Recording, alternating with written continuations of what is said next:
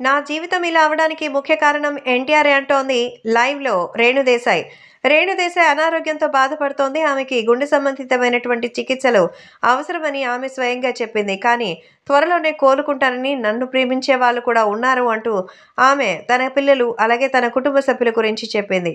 ఈ నేపథ్యంలో మిగతా వాటి గురించి ఆలోచన లేకపోతే వాటికి సంబంధించిన విషయాలన్నీ కూడా ఫినిష్ చేసేయొచ్చు కదా! మరైతే ఇప్పుడు జూనియర్ ఎన్టీఆర్ మీద ప్రేమ ఉన్నట్టు అక్కడికి వెళ్ళి ఎంతగానో అక్కడి నుంచి బయటికి రావడం, ఆ తర్వాత మళ్ళీ ఇక్కడి నుంచి వేయడం, ఇవన్నీ కూడా ఎంతో మామూలుగా మారిపోయింది. ఇక జూనియర్ ఎన్టీఆర్ అయితే ఈ విషయం తెలుసుకొని వెంటనే తనకి కాల్ చేసి మాట్లాడారట. తను పడుతున్నటువంటి ఆ బాధను చూసి ఎమోషనల్‌గా ఫీల్ అయినట్టు తెలుస్తోంది.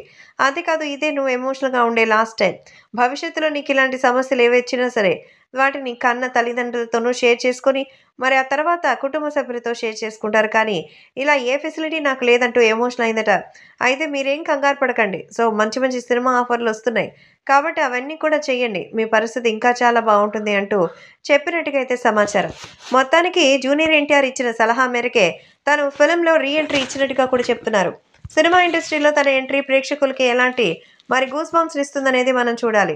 ఏది ఏమైనా అభిమానులు కూడా ఈ విషయం తెలుసుకొని ఎంతగానో ఎక్సైటెడ్‌గా ఉన్నారు. యంగ్ టైగర్ ఎన్టీఆర్ అలాగే ఇంకా ఎన్టీఆర్‌కి సంబంధించినటువంటి సినిమా విషయాలు ఇప్పుడు సోషల్ మీడియాలో సైతం వైరల్‌గా మారింది.